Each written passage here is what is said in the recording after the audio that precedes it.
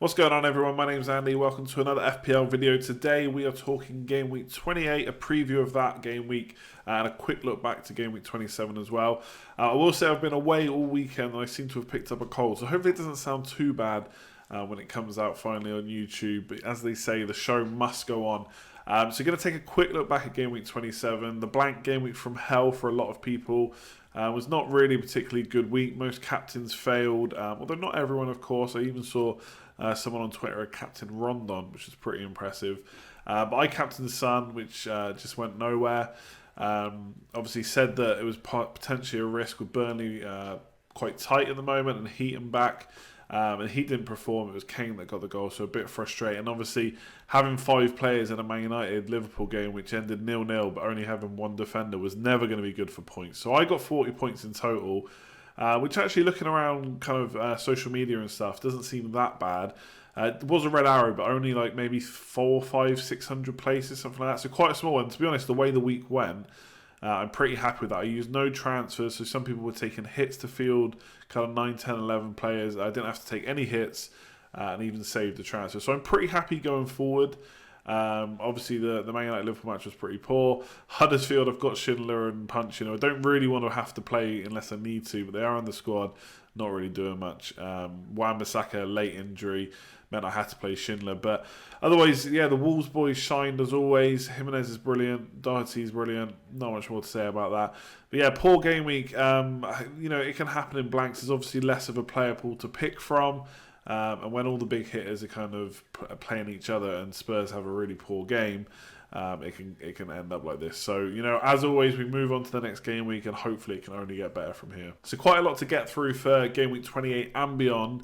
One of the questions I got was about game week 28 to 30. So obviously a lot of people planning for blanks and double game weeks that are going to start from game week 31. But obviously there is still 3 game weeks before that, which we can look to make use of. So there's quite a few good fixtures coming up for a lot of teams. And rather than just pick every single player from those teams, I've just picked out a few here and there. So Leicester first up, Brighton at home, Watford away, Fulham at home. So 3 pretty good fixtures, would be mostly green on most fixture tickers. Brighton, to be fair, don't tend to concede too many. And to be fair, up until recently, Leicester not really scoring too many goals either. So you'd expect if they can get 1 or 2 there that the likely lads would be involved. Maybe Maddison, potentially Barnes, even Vardy, someone like that. And obviously Watford have been pretty good this season on and off. I still don't know what to make of them week to week and what kind of team is going to turn up. But obviously the 5-1 win against Cardiff was pretty decent for them. Yes, Cardiff not the best team in the league, but it shows that Watford can pull something like that out of the bag when they want to. So Leicester's fixture's looking pretty good on the fixture ticker. Fulham at home, definitely a good game, but there could be some fairly low scoring games. But I think defensively there could be good options. So you got the likes of Ricardo, even though a lot of people got him in game week 27, did nothing. The player that I really like is I won't bang on about Harvey Barnes too much today, but Maddison, 13 chances created. I think that's in the last 2. Only 2 shots in the box, so not shooting as much, but creating chances. And maybe new manager bounce for Leicester, that could help. If he's supplying those chances and Vardy suddenly comes on form, then the points will start to convert themselves. And obviously being on a few of the set pieces as well will help too. So Maddison I quite like at Leicester over the next 3. And if I look at Fulham, so they've got a tricky middle fixture. Southampton away, Chelsea at home, Leicester away. So they're not the greatest fixtures, granted. But Ryan Babel in the last 2, 1.85 expected goals. Was pretty unlucky in the West Ham game. He should have converted some of those chances. Now, obviously you can turn around and say, well, he's not that great of a player, so he's going to get these chances and not convert them. But if he can just put a couple of these away over the next 3 weeks, could be an outside punt. I do get that the Chelsea game might be a tough one to swallow. And obviously the other 2 are away games. But the way Chelsea are playing at the moment, who would write off Fulham getting something? So he's a bit of a punt, I will say. There's probably better picks for the next 3. But if you really want to go a bit nuts, Babel at Fulham could be the one to go. I've noted Liverpool down because they've got Watford at home, Everton away and Burnley at home. No blanks, obviously. But everyone already knows about Liverpool, so I won't talk about it too much. But obviously, Salah's not a differential, Robertson's not a differential, but doubling up on the attack or defence could be good. I don't think many teams have necessarily done that so far, and obviously they've got no blanks coming up and one of the better teams in the league. So I've got Mane and Salah, but you could double up. You'd expect someone like Trent Alexander-Arnold to get back in the team soon, so that could be a cheap way of doubling up on the defence. So have a look at that. Newcastle I really like. No blank in Game Week 31, but we don't know about Game Week 33 yet, which is a bit of a shame, because if we knew they weren't going to blank at all, I'd be much more interested in them. I am anyway, but if they were not blanking in 33, it'd be even better. But looking at the next 3 fixtures, Burnley at home, West Ham away, and Everton at home. Almiron's come in now, and he's looked pretty good. He's created 7 chances in the last 2 game weeks, but he's only played 99 minutes, so that's pretty impressive. And already 8 penalty area touches. So you'd hope that not only could maybe he get himself some points, but someone like Rondon will also benefit from him in the team now, maybe more creative. It was pretty unlucky versus Huddersfield not to get some points there. So Almiron and Rondon for sure. Obviously, if you're thinking longer term, we don't know about Game Week 33 yet. They're not going to blank in 31, so it could be worth investment. I like both of those, and Rondon's someone I'm looking at, which we'll talk about later when we talk about Rashford. And then, again, Man City, a bit like Liverpool, you probably don't need me to tell you which of their players are good or not, but they've got West Ham at home, Bournemouth away, and Watford home, so 3 really nice fixtures, and I think this is probably the team that people are kind of talking about between 28 and 30, because they're the team in the past where you would say, well, they're going to blank. Yes, they got a double game. They're going to blank twice, you'd imagine, and so people don't want them in their team. But there could be some massive points picked up over the next 3 games if you've not got any Man City players. Obviously, Sterling and Aguero have just played 120 minutes in the Cup, which is a little bit worrying for owners, and I can see why you might not want to bring those players in. But you could really miss out over the next 3 game weeks, especially that Bournemouth game. I always feel like there's goals in that one, and there's no reason why they can't put multiple goals against West Ham and Watford. And the only thing I will say about the 120 minutes thing is obviously Liverpool only 1 point ahead now. Man City can definitely smell blood, and I think pressure is fully going to be on Liverpool. Man City have done this before. They've won the league. Liverpool obviously haven't done it for a very, very long time. So Man City are going to want to go for it. Yes, Aguero, he's probably going to want to rest him if he can, but it all depends on Jesus. And Aguero has played a lot of minutes recently, so you could say that means he's going to get a rest, or maybe he's fit and raring to go, even if he has to be managed 60-70 minutes a game rather than the full 90. So we'll see. I've got Aguero, currently got him captain. I'm not sure that will stay because I'm just a bit worried about his minutes. But I certainly wouldn't like to have no Man City players over the next 3. And I think the League Cup final will obviously put some people off, and rightly so, I would say. You've got to take into that kind of news when you get it. But at the same time, it could be a good time to kind of go for that differential, be brave, and just hope those players play over the next 3 and get some juicy points. And then looking at Rashford, what to do with him. So I think this is a tough one, and this really depends on whether you've got your chips or not, or which chips you've got. So from what Solskjaer has said, he'd be very surprised if he plays the next game. So it looks like he's not going to play against Palace away. And then Southampton at home is obviously the next game week. But in terms of, because there's a midweek game, that's actually this weekend. So there's a chance he doesn't play in that one too. Now, that's not guaranteed. There might be more news by the time this video comes out. Certainly probably more news, probably in press conferences and stuff. But let's say he does miss the next 2 games, which is plausible or possible. Then it's Arsenal away, blank, double game week, blank. So if you're going to use your free hit in game week 32, which a lot of people are going to do, then you can ignore that because you could get him back in anyway. The only thing you've got to consider is the money you'll lose if you got him in early and he's risen kind of 0.3, 0.4. You'll have to pay that to get him back. But for me, with the amount of game weeks there are to come, and if he's going to miss the Palace game and possibly the Southampton one, I will take that loss on the money earned, which he'll probably drop in price anyway, you'd imagine, and just claw it back in the double game. I can get him back on a free hit if I need to. And who knows what will happen by game week 32. So as you can probably guess, I'm looking at getting rid of him because I just don't think the fixtures, like, yes, Arsenal away. Arsenal have been, fairly poor defensively this season, but banking on a top 6 clash. I know people don't necessarily agree when I say that, but that game could be tight, just like the Liverpool-Man United one was. And then it's a blank double game. If you've got a free hit, then fine, and then another blank. So for me, he's a get rid. Now, if you've got no chips, then maybe you could look at getting rid of keeping, especially if it looks like he's going to play in that Southampton game. Because then you'd have Southampton Arsenal, you could maybe bench him, and then you'd have him for the double game week as well. But yeah, if you've got chips, I think I'm probably in the getting rid category for sure. So looking at replacements, obviously it depends how much money you want to spend or how much money you've got. So if you can go up in price, you could look at someone like Vardy. Stats not overly impressive, and only 1 goal in the last 6. So it all depends on what you think a new manager will do. I don't know who it's going to be yet. There's rumours going around. It could be Allardyce. If that happens, not sure I'd want to necessarily go for Vardy straight away. No blanks, which is nice. And we've seen him play well under a new manager before. Obviously, there's a lot of talk about the fact that Leicester players are basically not playing for the manager to get him sacked, which, morally, probably not right. They shouldn't be doing that. But from an FPL point of view, if that is what's going to happen, and they're going to suddenly start playing and maybe finding some goals from somewhere, then Vardy could be a good option. But I think there's some very good options for less money than Rashford, so you could save yourself some money, possibly put it into defence or midfield or wherever you want to do. The two that are probably coming out the most are Rondon and Barnes. Barnes at Burnley is pretty insane, his stats recently. So in the last 4 game weeks, he's got expected goals of 4.06. So basically 1 goal a game XG.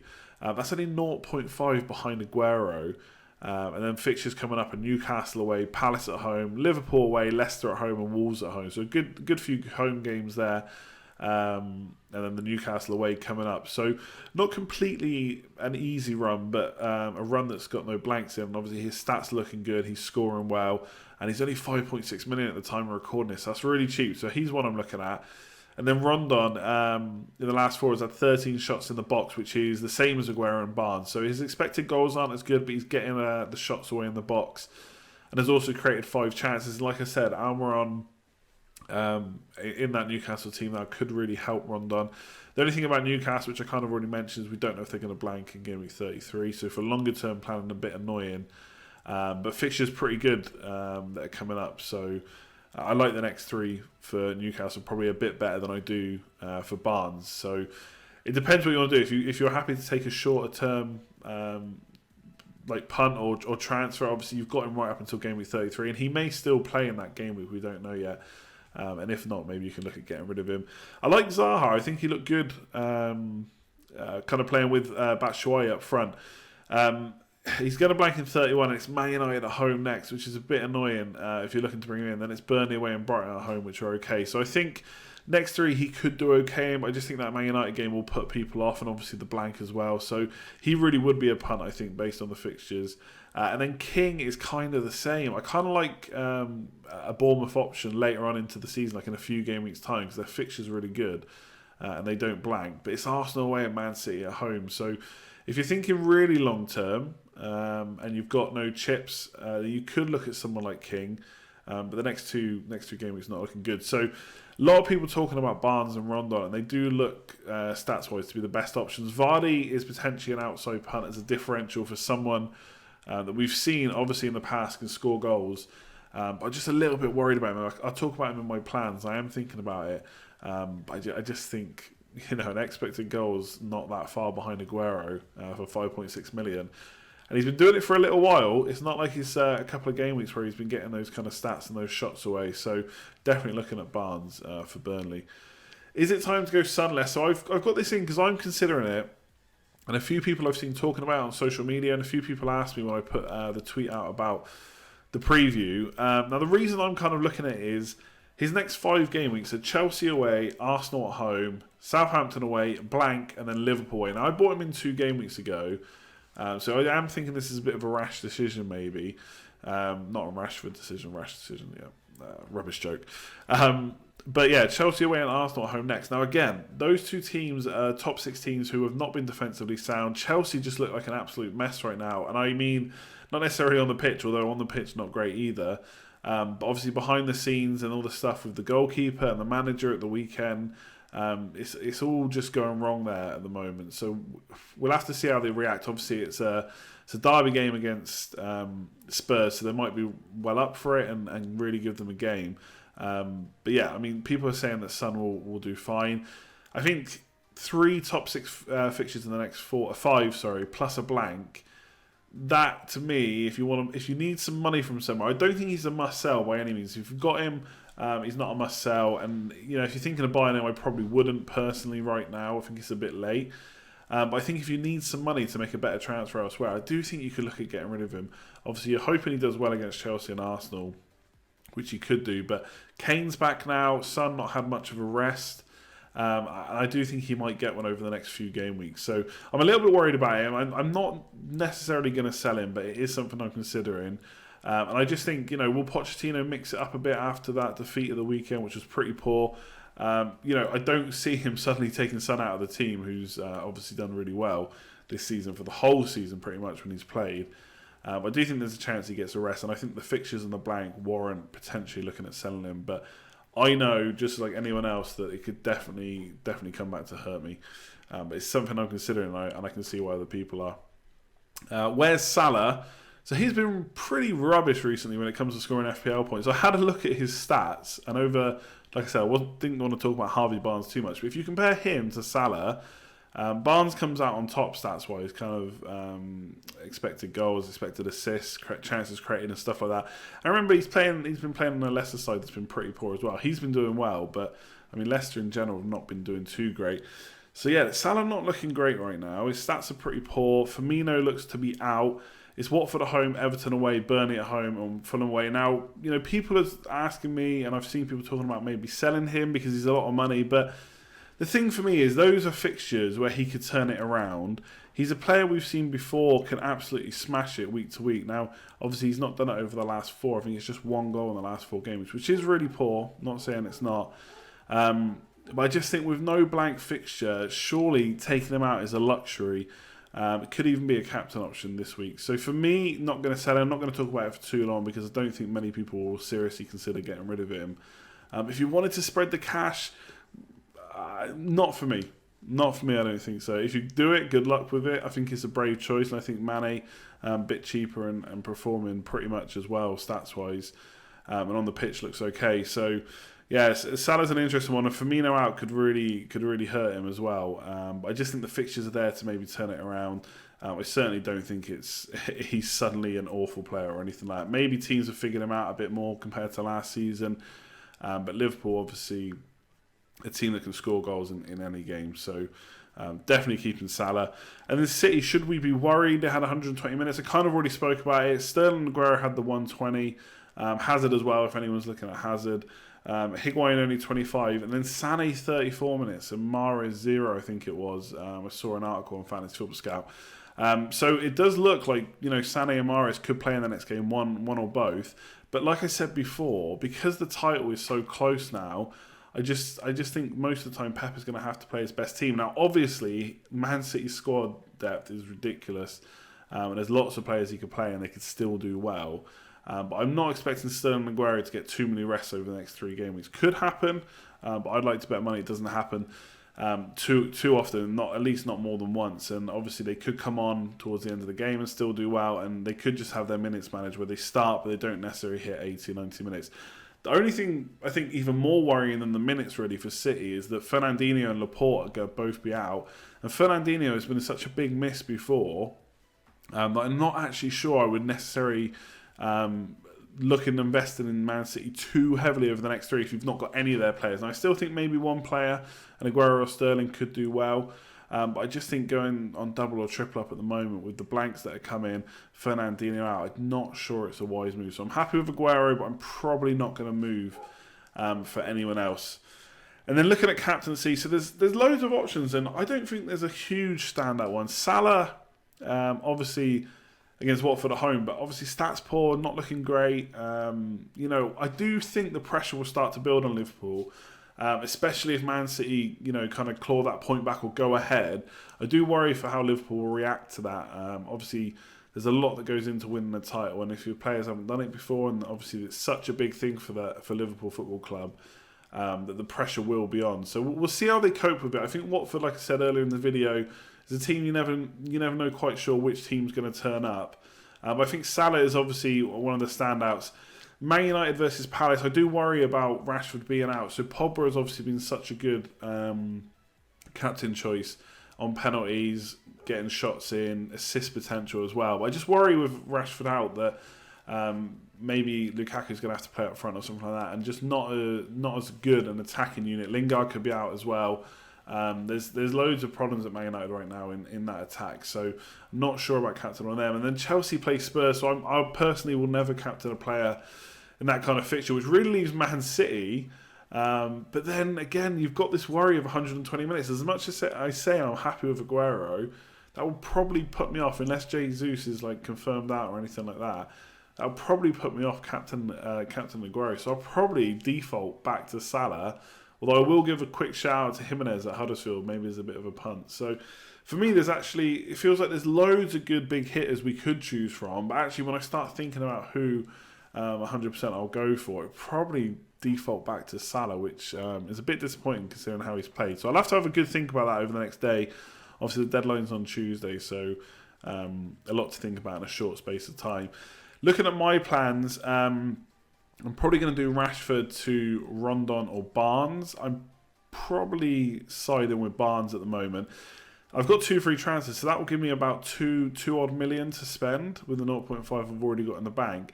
So although Bednarak has Fulham at home, Southampton's fixtures are not great, and he does blank. So I'm actually looking at maybe getting rid of him for a Newcastle defender instead, just to use up the transfer, or maybe go for Ricardo at Leicester again. I'm not fully worried or panicking about Leicester just yet, and obviously new manager coming in could help, and I think he'll keep his place. So I know a lot of people disappointed with him last week, but I don't want to write him off just yet. And obviously I didn't have him, so I'm not as bitter as other people about him. So I'm looking at potentially doing that. Rashford to a cheaper striker in Barnes or Rondon, then maybe Bednarak to a Newcastle defender or a Leicester defender, and just go from there. I could get rid of Schindler as well, but I just think he's not going to blank, whereas Bednarak is, and his fixtures are pretty poor apart from this week. And then I'll also wait on prognosis with Wan-Bissaka. I don't think we've had any further news at the moment. So if he's going to be out longer, he could be the one to go as well. Obviously got a bit of money wrapped up in him, but I don't think he's necessarily going to be the go-to defender for the rest of the season. So that's what I'm looking at. I could do Son out for someone like Felipe Anderson or Maddison, and then or Almiron even, and then do Rashford to Vardy. But I'm just a little bit worried about Vardy and whether he can kind of get back into the swing of things and start turning things around. But I do think he's an interesting option. Obviously, doing that will get me 2 blank players in for one that looks injured, and Son, like I said, who's got some poor fixtures. The one thing in the back of my mind, which I'll quickly touch on, is we've done this before, I've done this before, and we've talked about it, and it's always a regret, is you get out these players like Son, who are, for the whole season have had form, they've got some poor fixtures, just to get a blank player in, a player that's going to play in Game Week 31, which is 4 game weeks away, and they end up doing nothing, and Son carries on going nuts with the FPL points. And it's a big regret. So that is in my mind. I think Rashford's a bit easier to get rid of because he's probably going to be injured, and I've got the free hit in double game week. The wild card. And it does let me fund Bednarak as well. But Son out, I am a little bit worried about doing it, especially as he hurt me so much more in the season. But anyway, let me know what your thoughts are with anything I've mentioned, any questions you got. Leave a comment below. Much appreciated as always. Hit a like on the video and subscribe if you're new around here. I don't know if there's going to be... This video is probably going to go out not long after I record it on Monday. I don't know if there'll be a stream before Game Week 28 because, to be honest, it's such a quick turnaround. I've been away all weekend. My head is fried. I've got a cold, but we'll see. Otherwise, there'll definitely be a stream before Game Week 29 and the normal video as well. Thanks for watching, everyone. Like, comment, share, subscribe, all that good stuff. Catch you next time. Cheers.